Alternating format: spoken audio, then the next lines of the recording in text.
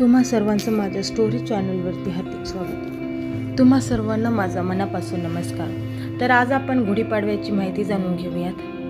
पूजा विधी, गुढीपाडवा का साजरा करतात हे पाहून घेऊया।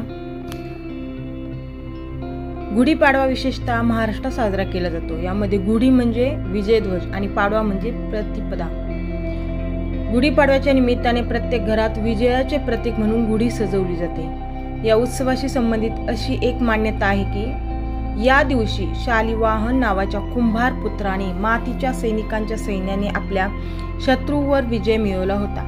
याच कारणामुळे शालिवाहन शकही याच दिवशी सुरू होतो। गुढीपाडव्याच्या दिवशी ब्रह्माजींनी विश्वाची निर्मिती केली। या दिवसापासून सत्ययुग सुरू झाल्याचे मानले जाते। पौराणिक कथांशी संबंधित अशी देखील एक मान्यता आहे की गुढीपाडव्याच्या दिवशी भगवान श्रीरामाने बळीचा वध करून दक्षिण भारतात राहणाऱ्या लोकांना त्याच्या दहशतीपासून मुक्त केले। यानंतर येथील लोकांनी आनंद व्यक्त करत घरोघरी विजयाचा झेंडा फडकवला, ज्याला गुढी म्हणतात। गुढीपाडवा या सणाला ऐतिहासिक, सांस्कृतिक आणि नैसर्गिक दृष्ट्या खूप महत्त्व आहे। जुनी वाळलेली पानं गळून झाडांना नवी पालवी फुटते, तर आंब्याला मोहर येतो। या नैसर्गिक बदलाचे स्वागत करण्याची पद्धत असल्यामुळे हा सण साजरा केला जातो। गुढीला सजवण्यात येणाऱ्या प्रत्येक गोष्टीमागे शास्त्र आहे। वातावरणात वाढलेल्या उन्हाची काहिली कमी करण्यासाठी गुढीमध्ये कडुलिंबाची पाने लावली जाते। तर या दिवशी कडुलिंबाची कोवळी पाने खाण्याची ही प्रथा आहे।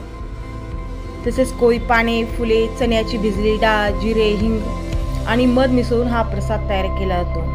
होळीनंतर वातावरणात उष्णता वाढायला लागते। या वातावरणात बदलाच्या काळात त्वचेचे विकार, पोटाचे विकार, सर्दी, पडशांसारखे विकार होण्याची शक्यता असते। अशा वेळी शरीराची रोगप्रतिकारक शक्ती वाढण्यासाठी व पुढील काळात शरीर निरोगी राहण्यासाठी नववर्षाची सुरुवात कडुलिंबाच्या सेवनाने करतात।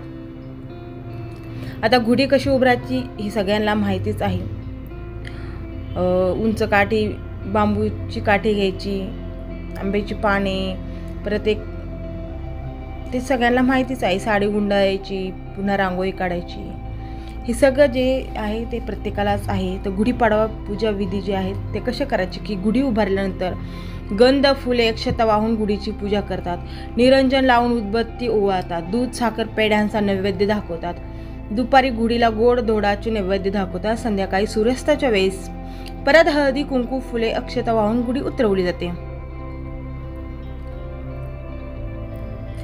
विश्वनिर्मिती ब्रह्म करीतो, ब्रह्मपुराणी असे म्हणतात। अयोध्येसी वनवासाहुनी राम पुन्हा परतसे, गुढ्या तोरणे रांगोळ्यांनी स्वागत ते करीती। आरती करुणी वसंत ऋतूचा महिमा वर्णुकिती, माधव तसे मधुमास ही वेदातील ही नावे। पंचांगाचे पूजन सर्व ही करती मनोभावे, सरस्वतीस गंध अन पाटे ही पूजिती। आरती करुणी वसंत ऋतूचा महिमा वर्णुकिती। साखरमाळा, कडुलिंबाची पाने, फुलामाळा, गडू चांदीचा, रेशमी वस्त्र, कुंकू, केशरटिळा, आदराने ब्रह्मध्वज या गुढी संबोधिते। आरती करुणी वसंत ऋतूचा महिमा वर्णुकिती। तर अशा प्रकारे गुढीपाडव्याच्या सर्वांना शुभेच्छा। नवीन पल्लवी वृषलतांची, नवीन आशा नववर्षाची, चंद्रकोरही नवीन दिसते, नवीन घडी ही आनंदाची। गुढीपाडव्याच्या हार्दिक शुभेच्छा। नक्षीदार काठाचे, रेशीम वस्त्र, चांदीचा तांब्या, कडुलिंबाचे पान, साखरेची माळ अशी उभारूया समृद्धीची गुढी। नववर्षाभिनंदन। तर अशा प्रकारे आपण गुढीपाडव्याची माहिती जाणून घेतली, गुढीपाडव्याची पूजा विधी जाणून घेतल्यात। Thank you so much.